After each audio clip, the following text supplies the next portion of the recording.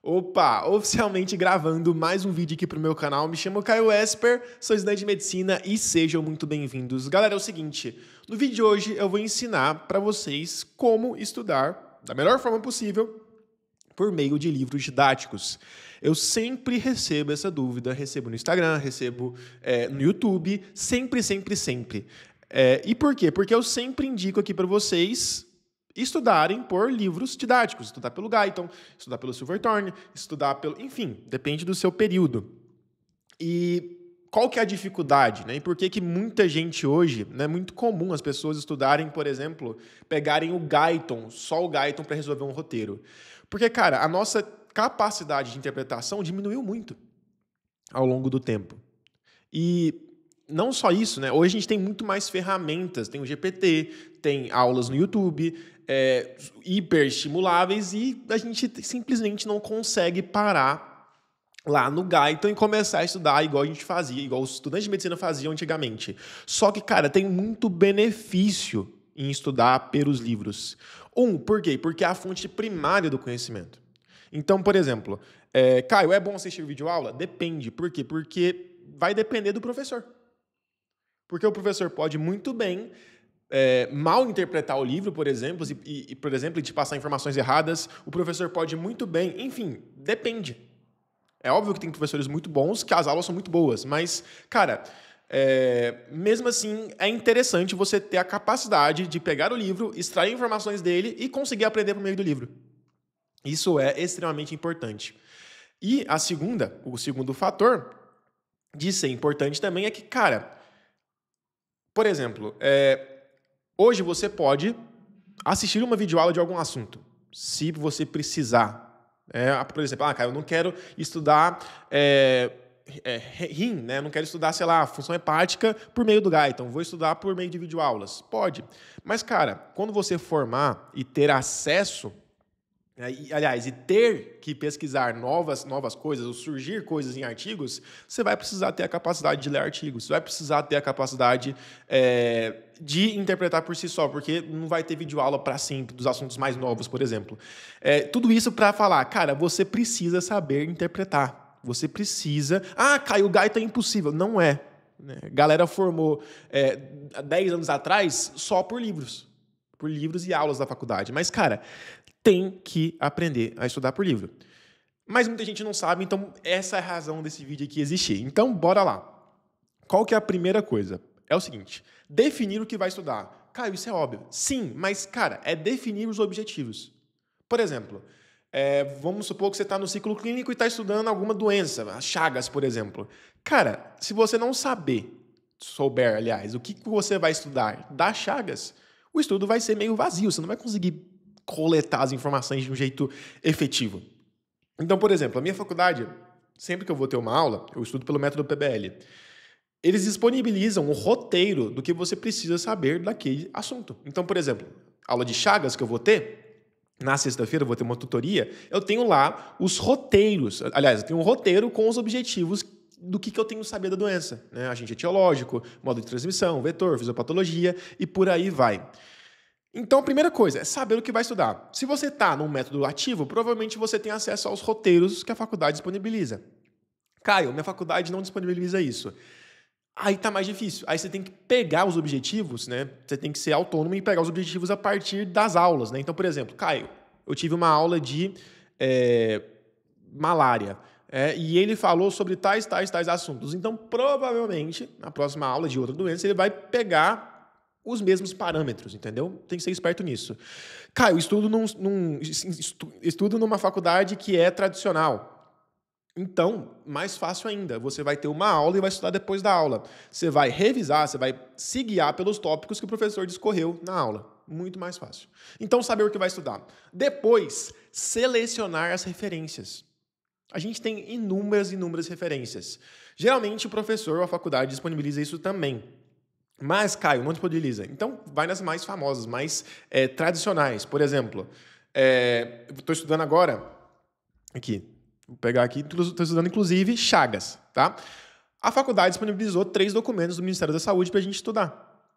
Ou seja, eu vou seguir esses 3 documentos. E geralmente, cara, é o seguinte, abre as 3 referências. Então, por exemplo, você tem como referência lá para o seu estudo o Guyton e o Silverthorne, que são os mais comuns assim em bioquímica, né? Na parte mais inicial ali do ciclo básico.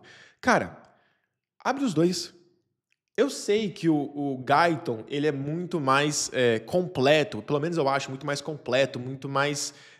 inclusive o povo acha ele pouco didático, mas na verdade é porque ele é mais completo enfim, que o Silverthorne. Mas, cara, compensa abrir os dois. O que eu fazia, por exemplo, no ciclo básico, quando eu ia estudar um assunto do Guyton? Cara, eu pegava, lia o assunto no Silverthorne primeiro e depois ia para o Guyton, que era mais completo. Né? Mas, no caso, o Silverthorne tinha uma linguagem mais fácil de eu entender. Depois, selecionou as referências, abriu todas, você vai começar o estudo. Vamos aqui para a minha tela. É o seguinte. O que eu fiz? Então, peguei os objetivos que a faculdade passou, elenquei eles.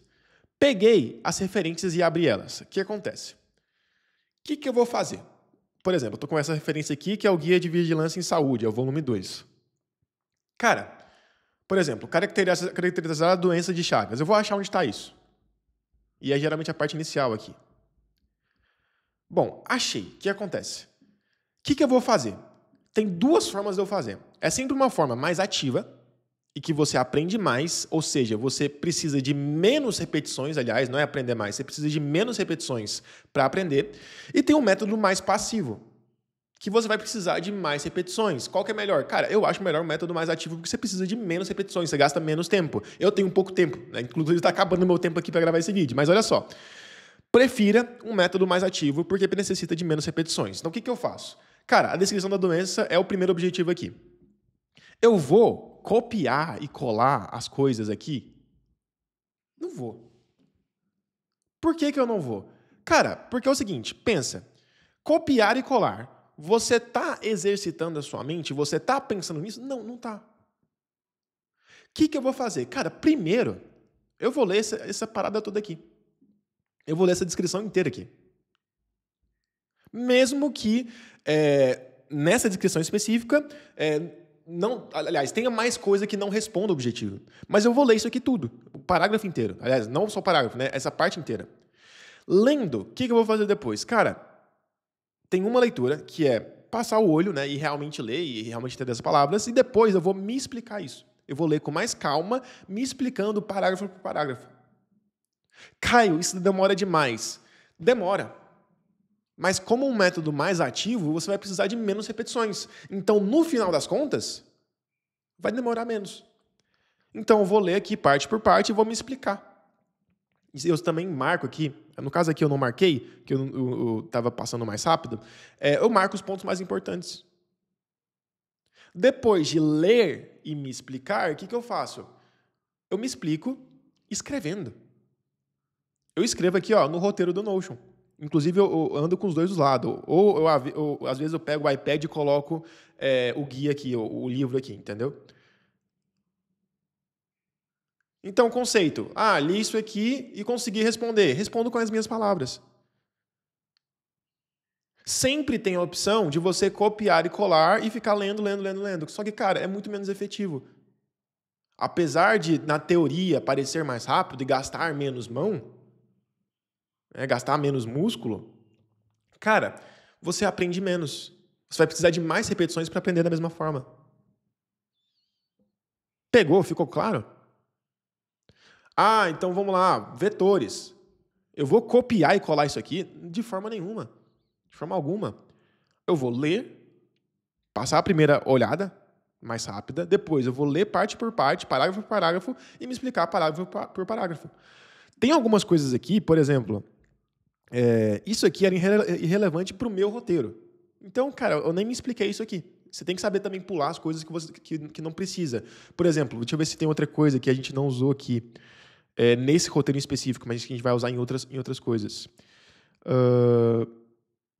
Cara, vigilância epidemiológica. Eu não vou tratar desse assunto nesse roteiro específico de sexta-feira. Então, nem vou usar isso aqui, nem vou olhar isso aqui. Tá? Só se for um negócio essencial para entender os outros. Mas como aqui não é, não preciso ver isso aqui. Tudo bem? Cara, basicamente isso. Qual que é o papo principal desse vídeo? Sempre escolha por metodologias mais ativas.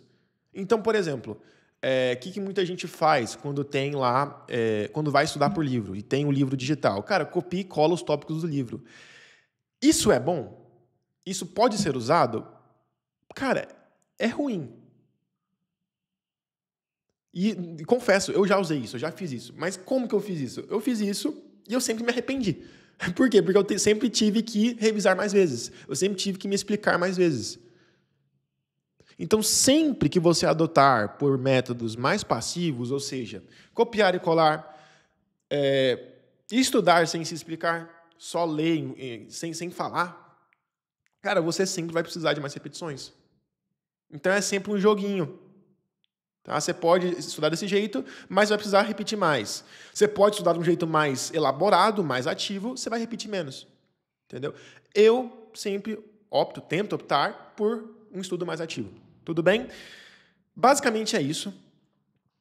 Sempre, aliás, não tenham medo de enfrentar o Guyton, por exemplo. Eu sei que muitos alunos do ciclo básico, cara, às vezes nem abrem o Guyton, já vai direto na videoaula, já vai direto em livros mais fáceis, tipo o Silverthorne.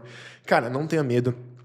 É difícil no começo. Outra dica valiosa aqui, cara, cultive o hábito da leitura fora da medicina. Então, por exemplo, o que me dá facilidade hoje em entender o Guyton não é só forçar.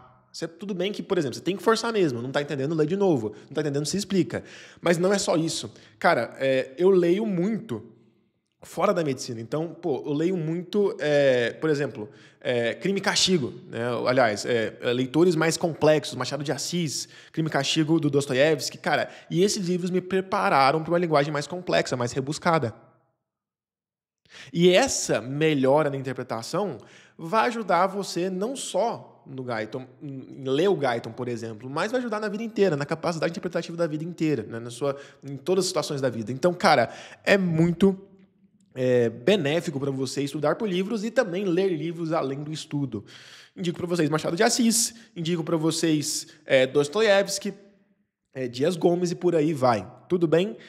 Mas é isso que eu queria falar nesse vídeo. Deixa eu correr aqui, que eu tenho que ir para a aula correndo, escovar o dente e ir para a aula. Um beijão e até o próximo vídeo.